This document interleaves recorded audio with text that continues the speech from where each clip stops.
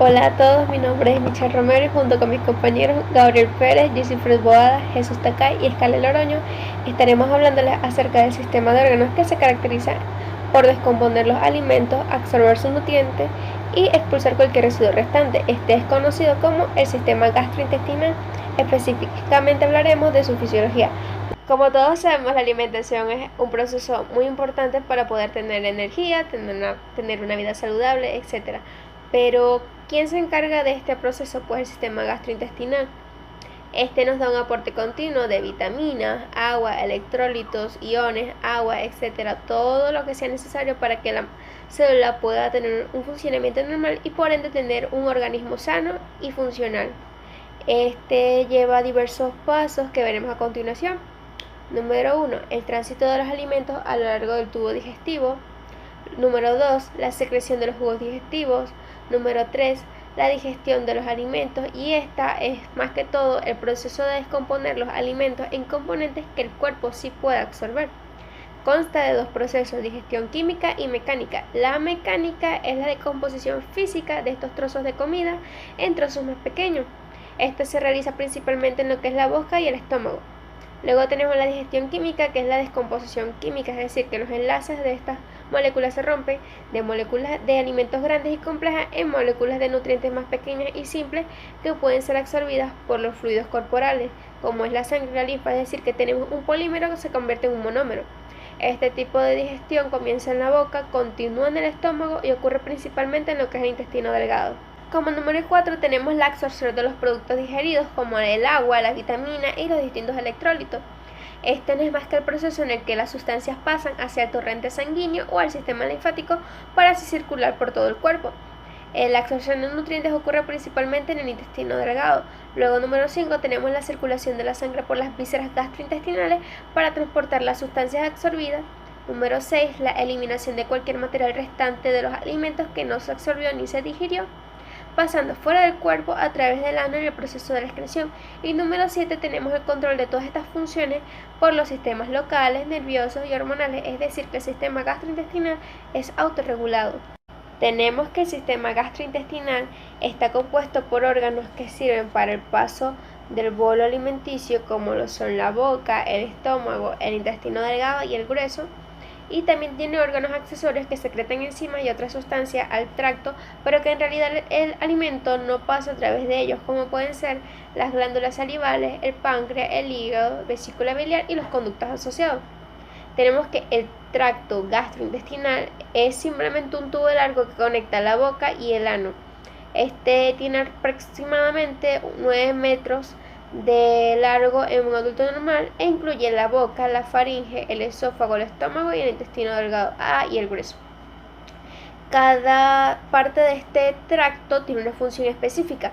Algunos sirven para el simple paso de los alimentos, como es el esófago, otros para su almacenamiento, como es el estómago, y otros a la digestión que ocurre en el intestino delgado. El paso de la comida empieza por la boca, luego pasa por los demás órganos del tracto gastrointestinal, donde se digiere o se absorbe en lo que sería toda la longitud del intestino delgado. Y durante todo este proceso, las estructuras glandulares van descargando secreciones a la luz sobre todo lo que es el estómago, la boca y el intestino. Luego viene el paso de los desperdicios afuera del sistema como tal o del organismo a través del intestino grueso y el ano. En el proceso de la excreción, para que todo este viaje se llegue a dar, se necesitan aproximadamente como unas 50 horas para que pueda ocurrir el proceso de alimentarnos hasta la excreción. Como habíamos visto, el tracto gastrointestinal es un tubo largo que conecta la boca y el ano. Por ende, debería estar dividido en varios segmentos especializados para poder cumplir una buena función. Por ende, las vías gastrointestinales están divididas en segmentos por medio de los esfínteres. Estos son anillos musculares que restringen el flujo del contenido intestinal para llevar a un nivel óptimo lo que es la digestión y la absorción. Comprenden los esfínteres esofágicos, tanto el superior como el inferior, el píloro, que retrasa el vaciamiento del estómago, la válvula ileocecal, que retiene el contenido colónico en el colon. Esto incluye un gran número de bacterias en el colon Y también tenemos los esfínteres anales interno y externo. Anatomía fisiológica de la pared gastrointestinal. Tenemos que en un corte transversal de afuera hacia adentro varias capas. Entre ellas la primera sería la serosa, que es la capa de tejido conjuntivo que cubre el tubo digestivo. Esta secreta un fluido seroso de efecto lubricante que previene la fricción entre el aparato digestivo y los órganos adyacentes. De esta no tiene discontinuidad entre el mesenterio que ancla el tubo digestivo a la pared de la cavidad abdominal. Luego tenemos la capa muscular lisa longitudinal y la capa muscular lisa circular. Esta se encuentra por el exterior de la submucosa y normalmente se divide en dos capas, como vimos, una interna que es circular y otra externa que es longitudinal. La submucosa, que esta es una capa gruesa de tejido conjuntivo al que la pared del intestino debe su elasticidad. Esta contiene vasos sanguíneos y también linfáticos cuyas ramificaciones se proyectan hacia la mucosa y hacia la capa muscular más externa, que fue la que vimos anteriormente, es decir, la longitudinal. Este también alberga una red nerviosa llamada plexo submucoso o plexo de Meissner. Por último tenemos la mucosa, que se subdivide en tres láminas. La primera es el epitelio, que también se llama membrana mucosa y es una lámina epitelial interior que contiene células exocrinas que secretan jugo digestivo, las endocrinas que secretan hormonas y las epiteliales que son especializadas en la absorción de los nutrientes. La segunda lámina sería la lámina propia, que es una capa un tanto difusa de tejido conjuntivo en el que se insertan las células epiteliales de la membrana mucosa. Esta lámina propia también se encuentra atravesada por vasos finos sanguíneos, conductos linfáticos y fibras nerviosas. Esta también alberga tejido linfoide asociado al intestino, que es una de las barreras de defensa inmunitaria frente a los patógenos del intestino. La mucosa muscular, que es una capa fina de músculo liso que se encuentra entre la lámina propia y la submucosa. Esta también se denomina muscularis mucosae.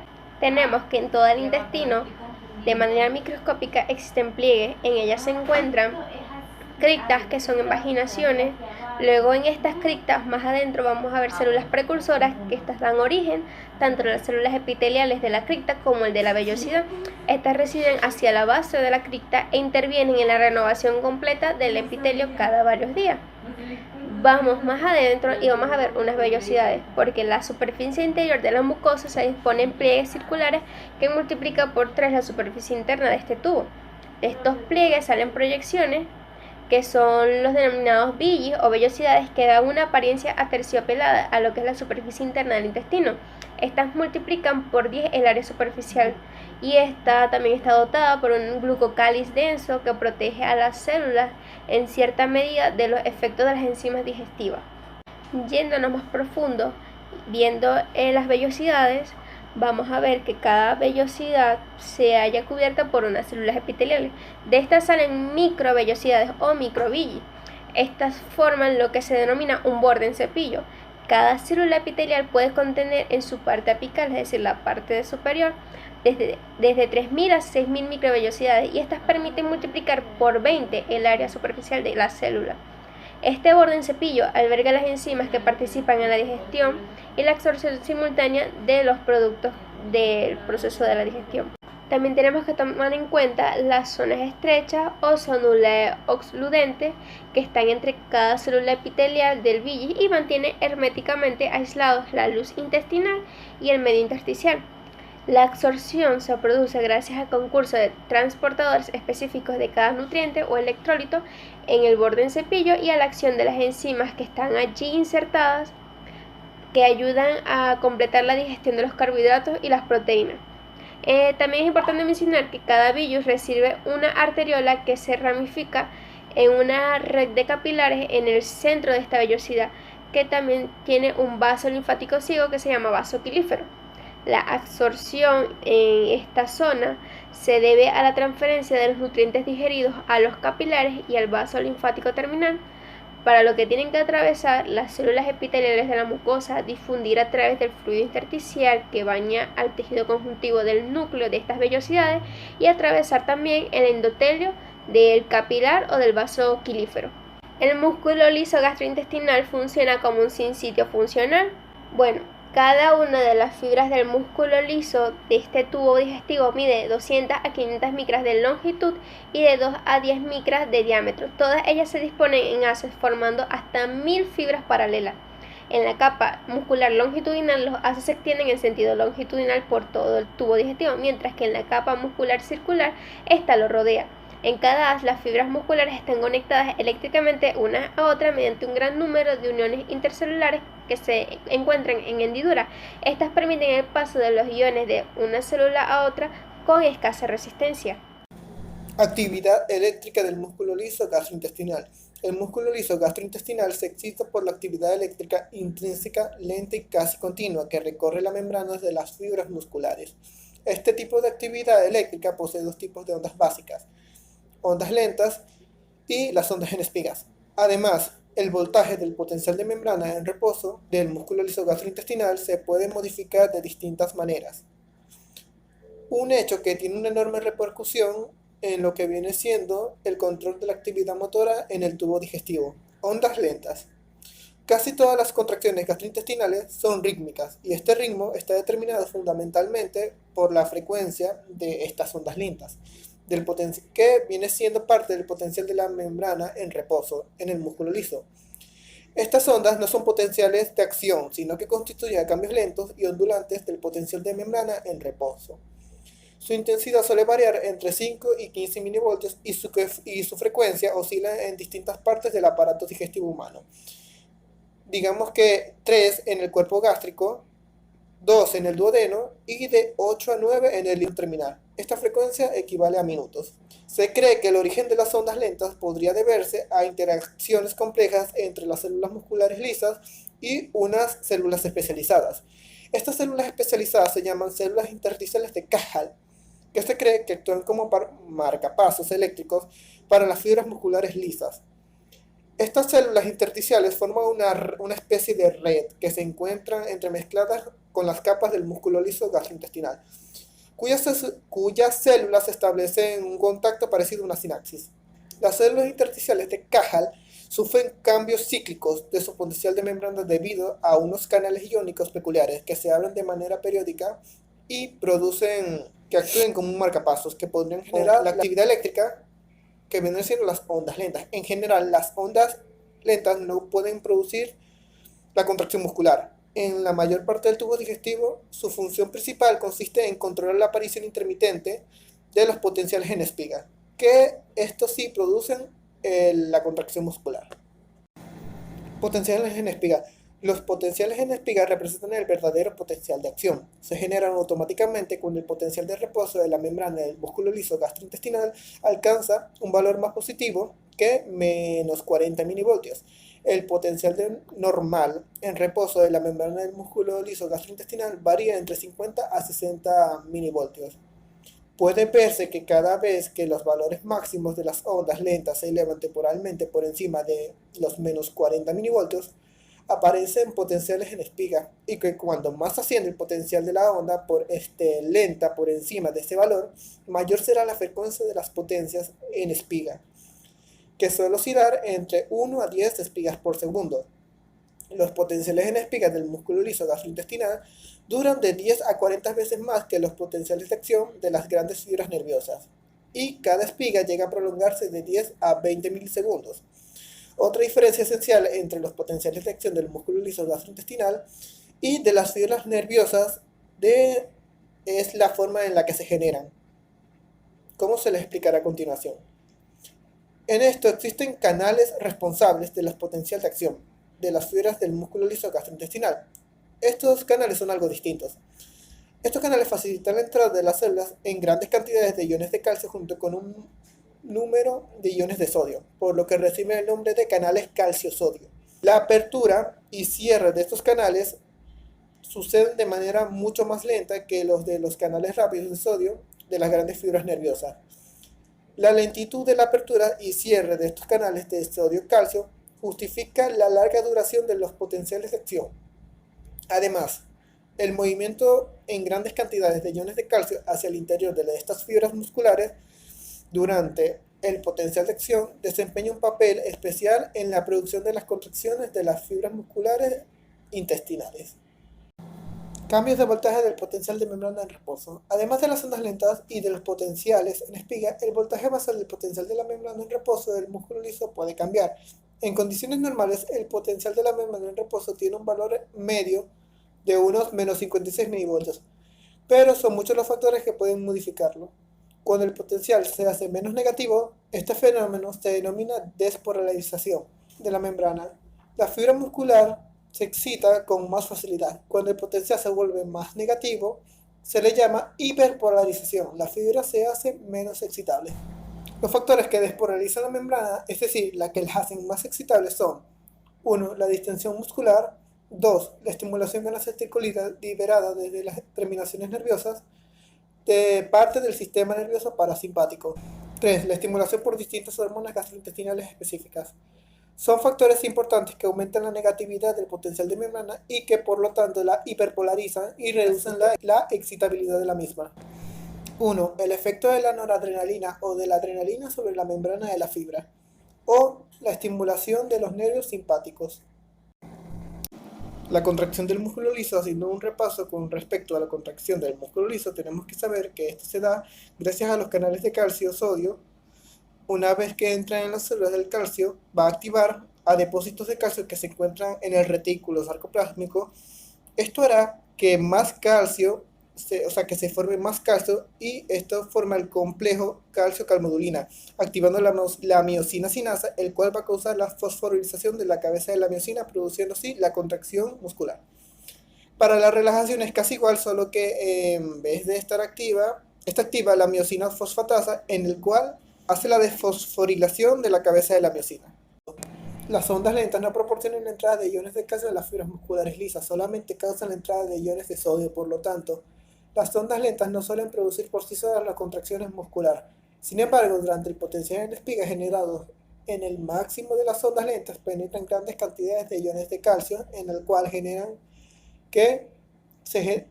hacen que se generen las contracciones musculares. Contracción tónica de una parte del músculo liso gastrointestinal. Una parte del músculo liso del aparato gastrointestinal produce contracciones tónicas o, además, en algunas veces, unas contracciones rítmicas. Las contracciones tónicas es continua. No está asociado al ritmo eléctrico básico de las ondas lentas y a menudo persiste varios minutos o incluso varias horas. Su intensidad suele aumentar o disminuir, pero la contracción se mantiene. Control nervioso de la función gastrointestinal. El sistema gastrointestinal tiene su propio sistema nervioso, siendo este el sistema nervioso entérico. Va a estar compuesto por un aproximado de 100 millones de neuronas y se va a ubicar en el espesor de las paredes desde el esófago hacia el ano. Este sistema nervioso es encargado de los movimientos gastrointestinales, las secreciones y flujos que hayan en el mismo. A su vez va a estar conformado por dos plexos, el plexo de Auerbach o plexo mientérico y el plexo de Meissner o el plexo submucoso. El plexo de Auerbach va a ser el plexo externo, va a estar ubicado entre las capas musculares longitudinal y circular y va a ser el encargado del movimiento gastrointestinal. En cambio, el plexo de Meissner o submucoso, como su nombre lo menciona, está ubicado en la submucosa y va a ser el más interno.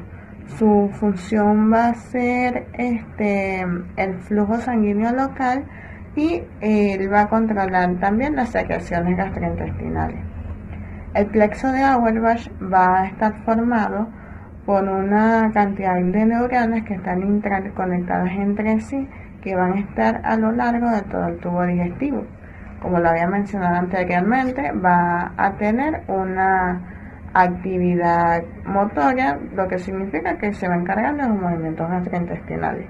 Cuando tenemos un estímulo de este plexo, vamos a ver como consecuencia un aumento de la contracción tónica o del tono de la pared intestinal. También tenemos un aumento de la intensidad de las contracciones, un aumento en la velocidad de conducción de ondas de excitación a lo largo del intestino, lo cual va a incrementar la velocidad del movimiento de las ondas peristálticas. Este plexo va a ser excitador, pero también tiene algunas neuronas inhibidoras.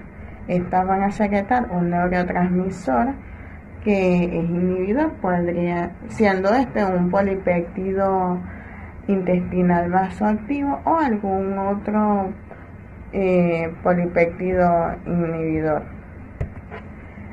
Estos polipéptidos van a inhibir dos esfínteres, siendo este el esfínter pilórico, que se va a encargar del vaciamiento del estómago hacia el duodeno, y el esfínter de la válvula iliocecal, que va a controlar el vaciamiento desde el intestino hacia el ciego, específicamente el intestino delgado hacia el ciego. El plexo submucoso va a ser el encargado de regular la función parietal interna de cada segmento minúsculo del intestino, controlando la secreción, la absorción y la contracción intestinal, llevando esto a la submucosa. El sistema nervioso entérico puede trabajar por sí solo, pero recibe inervación del sistema nervioso autónomo, ya sea inhibiendo o activando alguna de sus funciones, tomando en cuenta algunos neurotransmisores como lo son la acetilcolina y la noradrenalina. El sistema parasimpático va acompañado, va de la mano de la acetilcolina. Él va a aumentar la actividad del sistema nervioso entérico y se puede clasificar en dos partes. Tenemos la parte craneal, que va a ser dada la inervación por medio del nervio vago, inervando el mismo lo que es el esófago, estómago, el páncreas y el intestino, llegando hacia la mitad proximal del intestino grueso, y la porción sacra, que va a ser desde los segmentos S2 a S4, y estas van a la médula espinal junto con los nervios pélvicos, van hacia la mitad distal del intestino grueso hasta llegar hacia el ano. La estimulación simpática ella va a dar estimulación a casi todos los segmentos del tubo digestivo por medio de la noradrenalina. La noradrenalina va a ejercer sus efectos ya sea en el músculo liso del tracto intestinal o un efecto hacia las neuronas del sistema nervioso entérico, las cuales va a inhibir, de ambas formas va a inhibir, solo que una va hacia el músculo liso y las otras van directamente hacia las neuronas. Entre los neurotransmisores tenemos la acetilcolina, esta va a activar la actividad gastrointestinal, la noradrenalina, que la va a inhibir, y podríamos decir que la adrenalina, pero la noradrenalina es la que sobresale porque ella va a inhibir todo el tracto gastrointestinal, exceptuando la muscularis mucosae, que por el contrario, en vez de inhibir, lo que hace es que la excita o la activa. Tenemos fibras nerviosas sensitivas aferentes en el tubo digestivo. Estas van a tener sus cuerpos celulares en el sistema nervioso entérico o en los ganglios de la raíz dorsal de la médula. Estas, cuando tienen alguna estimulación, ellas van a dar señales vagales reflejas, y estas pueden estimularse por medio de una inflamación de la mucosa intestinal, una distensión excesiva del intestino o de algunas sustancias químicas específicas en el intestino. Entrando a lo que son los reflejos gastrointestinales, tenemos tres tipos que son importantes. El primero de ellos Son los reflejos integrados por completo dentro del sistema nervioso de la pared intestinal, los cuales van a controlar la secreción digestiva, el peristaltismo, las contracciones de mezcla y efectos inhibidores locales. Tenemos los reflejos que van desde el intestino hacia ganglios simpáticos prevertebrales y de ahí al tubo digestivo, como lo son el reflejo gastrocólico, el reflejo enterogástrico y el cólico ileal. También tenemos los que van desde la médula espinal al tronco del encéfalo y luego vuelven hacia el tubo digestivo. Estos son los que controlan la actividad motora y secretoria del sistema gastrointestinal, los reflejos de dolor y los de defecación. Ahora hablándoles un poco con lo que respecta al control hormonal de la motilidad gastrointestinal. Tenemos de que estas hormonas son liberadas durante la circulación portal, es decir, la circulación del retorno venoso. Y estas tienen una acción fisiológica en células dianas que tienen receptores específicos por dicha hormona y tienen la característica de que aunque sus conexiones nerviosas entre el punto de aparición y el punto de acción de la hormona hayan sido separadas totalmente, estas no pierden el efecto realizado. Y si bien la mayoría de las hormonas gastrointestinales tienen una intervención en la motilidad de la misma, su efecto no es tan determinante como su efecto secretor. Entre las hormonas que podríamos resaltar en el efecto de la motilidad gastrointestinal tenemos a la gastrina, por ejemplo, la cual es secretada en el antro gastrointestinal por las células G de la mucosa del duodeno y del yeyuno. Esta se secreta por el estímulo de la ingesta de alimentos, así como también la distensión misma del estómago o la ingesta de proteínas y del péptido liberador de la gastrina que se da en el nervio de la mucosa. Esta cumple funciones como por ejemplo la estimulación de la secreción del ácido gástrico o la estimulación del crecimiento de la mucosa gastrointestinal, como podemos apreciar en la diapositiva. En la misma podemos apreciar de una manera más detallada el lugar de secreción de la hormona, así como también el estímulo requerido para que ésta sea secretada y la acción que la misma realiza. Tenemos a la colecistocina, la cual es secretada por las células I de la mucosa del duodeno, el yeyuno y el ilion. Esta se secreta en respuesta a la presencia de productos degradadores de las grasas, como pueden ser los ácidos grasos o los monoglicéridos que están presentes en el contenido intestinal. Este estimula a la motilidad de la vesícula biliar para que ésta expulse a la bilis hacia el intestino delgado, en donde ésta va a cumplir la misión de emulsar a las grasas para facilitar su digestión y su absorción. Esta también va a inhibir de una manera moderada a la constricción gástrica. Por tanto, que al mismo tiempo esta va a estimular al vaciamiento de la vesícula biliar, esta también va a retrasar el proceso estomacal para facilitar así una digestión adecuada de las grasas en los niveles altos del intestino. Esta también estimula a la secreción del péptido, así como la enzima pancreático bicarbonato, y también inhibe el apetito. Claro, esto mediante la estimulación de las fibras nerviosas aparentes sensoriales del duodeno, en donde esta va a enviar un mensaje mediante el nervio vago para inhibir a los centros de alimentación encefálico. La secretina, por su parte, fue la primera hormona gastrointestinal descubierta y esta es secretada por las células S de la mucosa del duodeno, el yeyuno y el ilion. Y esto es en respuesta a la presencia del jugo gástrico que llega al duodeno mediante el estómago a través del píloro. Y esta estimula a la motilidad del tubo digestivo, así como también estimula a la secreción de la enzima pancreático bicarbonato para facilitar a la neutralización del ácido gástrico presente en el intestino. Ahora, el péptido inhibidor gástrico es secretado por las células K de la mucosa de la parte alta del estómago, el duodeno y el yeyuno. Y esto ocurre en respuesta a la presencia de los ácidos grasos, así como también de los aminoácidos y en menor medida a los hidratos de carbono. Este tiene un efecto reductor leve con lo que respecta a la capacidad motriz o motora del estómago, retrasando así el vaciamiento gástrico hacia el duodeno cuando las partes altas del intestino delgado están repletas de productos alimenticios. Este también inhibe a la secreción del ácido gástrico y estimula la secreción de la insulina, por lo que también es conocido como péptido insulinotrópico dependiente de la glucosa. La mutilina, por otro lado, es secretada por las células M de la mucosa de la primera parte del estómago y el duodeno durante los periodos de ayuno, así como también del yeyuno. Y la única función específica que se le conoce es la de estimular a la motilidad gastrointestinal, así como también se conoce que se libera de forma cíclica mediante el estímulo de las ondas de la motilidad gastrointestinal llamadas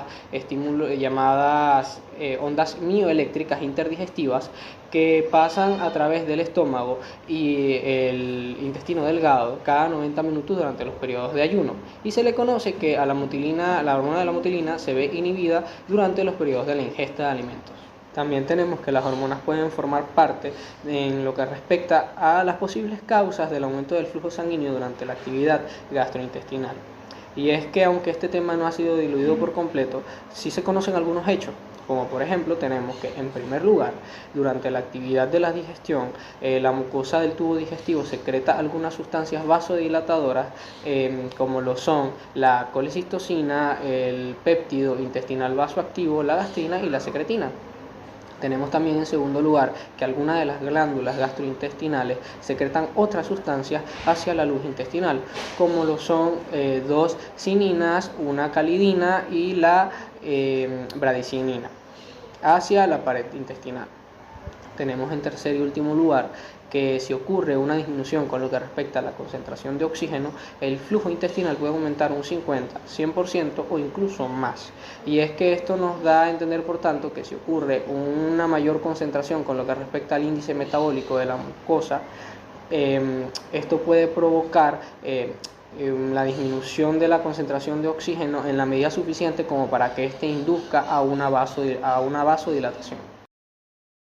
Continuando con los seminarios, ahora vamos a hablar sobre los movimientos del tubo digestivo y el flujo sanguíneo gastrointestinal.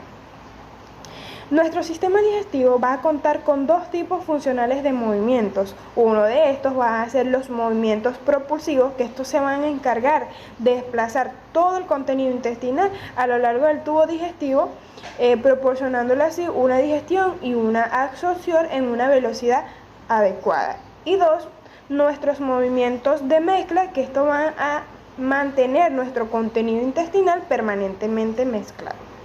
Ahora vamos a hablar detalladamente de cada uno de ellos. Los movimientos propulsivos, estos son movimientos básicos del tubo digestivo que se les llama peristaltismo, como lo vamos a observar más adelante. Alrededor del tubo digestivo vamos a observar anillos de contracciones que van a desplazar el contenido intestinal a lo largo de este.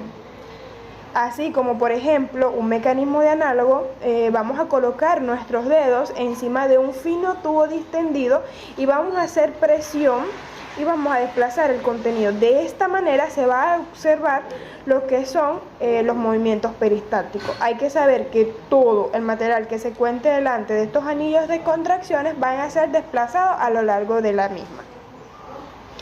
El peristaltismo es una propiedad inherente de muchas estructuras tubulares que contienen músculo liso sin sitiar. Entonces, la estimulación de cualquier punto del tubo digestivo nos va a formar anillos de contracciones. Hay que saber que los conductos biliares, los conductos ganglionares, los uréteres y muchas otras estructuras pertenecientes a nuestro cuerpo que contienen músculo liso van a contar con movimientos peristálticos.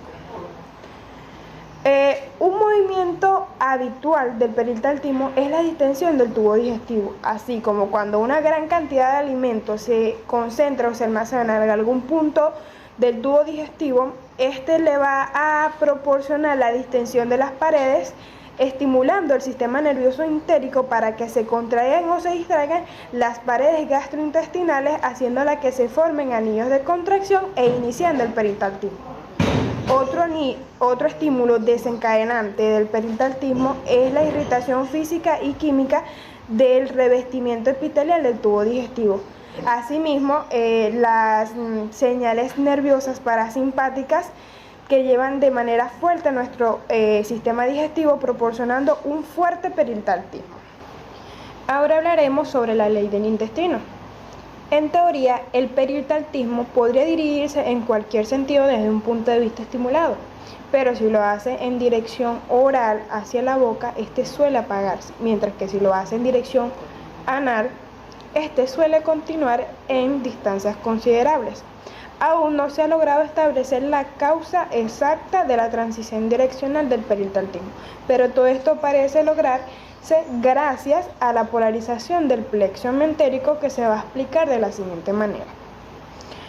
Cuando la distensión excita algún punto intestinal e inicia el peristaltismo, el anillo contráctil responsable de este segmento suele comenzar en una zona proximal, empujando así el contenido intestinal de 5 a 10 centímetros antes de desaparecer. Al mismo tiempo, el intestino distal se relaja a veces por varios centímetros en una llamada relajación receptiva, lo que justifica que la propulsión de estos alimentos sea en dirección anal y no en dirección oral.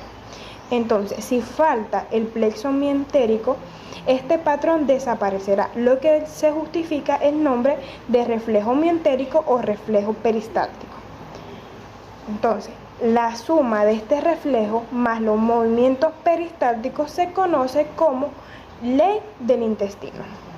Bien, ahora vamos a hablar sobre los movimientos de mezcla. Estos movimientos de mezcla van a ser muy distintos en las diferentes porciones del tubo digestivo. Así como sucede cuando un avance intestinal se ve interrumpido por el esfínter, de modo que solo suele amasarse, y este proceso va a durar entre 5 a 30 segundos. Entonces este se va a atrofiar y amenuzar primero aquí y luego allá. Ahora hablaremos sobre el flujo sanguíneo gastrointestinal, también conocido como circulación esplánica. Los vasos sanguíneos del sistema digestivo van a formar el sistema más extenso llamado circulación esplánica. Este sistema está formado por los vasos sanguíneos del tubo digestivo, propiamente dicho, del correspondiente vaso del páncreas y del hígado. Este sistema está diseñado para que toda la sangre que atraviesa el páncreas, el tubo digestivo y el vaso fluya inmediatamente hacia el hígado. Una vez que llegan al hígado, este va a ser filtrado por millones de sinusoides hepáticos diminutos que van a ingresar o van a abandonar este sistema por la vena porta para desembocar en lo que sería la vena cava. Este flujo sanguíneo secundario a través del hígado permite que las células reticuloendoteliales y millones de los sinusoides hepáticos que revisten puedan eliminar las bacterias y muchos de los otros microorganismos que quieran ingresar a la circulación general. Va a evitar el acceso directo de estos microorganismos al resto de nuestro cuerpo. Bien, ahora hablaremos sobre los efectos de la actividad intestinal y los factores metabólicos sobre el flujo sanguíneo gastrointestinal.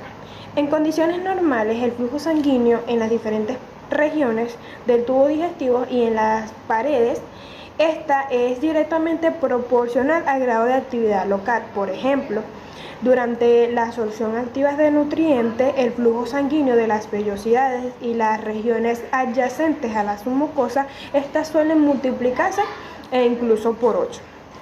De igual manera, lo que serían las estructuras musculares, estas van a incrementar su actividad motora. Por ejemplo, durante la ingesta de comidas, estas van a activar o van a aumentar lo que sería la reabsorción activa motora y secretora durante todo este proceso, y este flujo sanguíneo va a incrementar.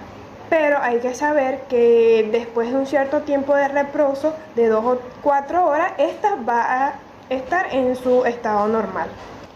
Ahora, continuando, vamos a hablar sobre los mecanismos del flujo sanguíneo a contracorriente de las vellosidades. Gracias a este dispositivo vascular, el oxígeno que se difunde a través de las arteriolas hasta las vénulas adyacentes, sin ni siquiera pasar por los extremos de las vellosidades. Hasta el 80% de este oxígeno que se difunde sigue este cortocircuito y no se halla accesible para las funciones metabólicas de las vellosidades. En condiciones normales, este flujo sanguíneo o este oxígeno que se difunde a través de las arteriolas hasta las vénulas no resulta ser peligroso para las vellosidades, pero en condiciones patogénicas, la disminución de este flujo sanguíneo hacia las vellosidades suele provocar lo que es un shock circulatorio, produciendo así una isquemia de su necropsis y se va a desintegrar. Por esta y muchas razones de las enfermedades gastrointestinales se va a ver o se va a observar lo que es una intensa atrofia. Ahora vamos a hablar sobre el control nervioso del flujo sanguíneo gastrointestinal. Hay que saber que nuestro sistema gastrointestinal va a estar inervado por el sistema nervioso parasimpático y el sistema nervioso simpático.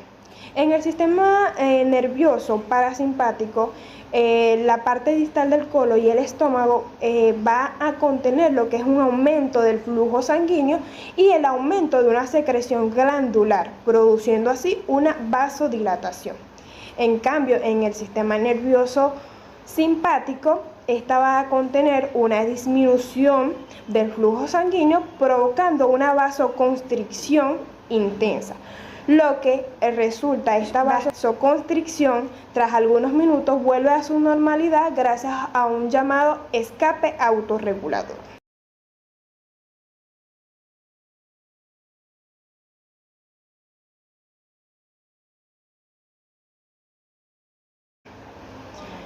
Bueno, gracias por su atención. Espero que este seminario le haya gustado. Feliz tarde.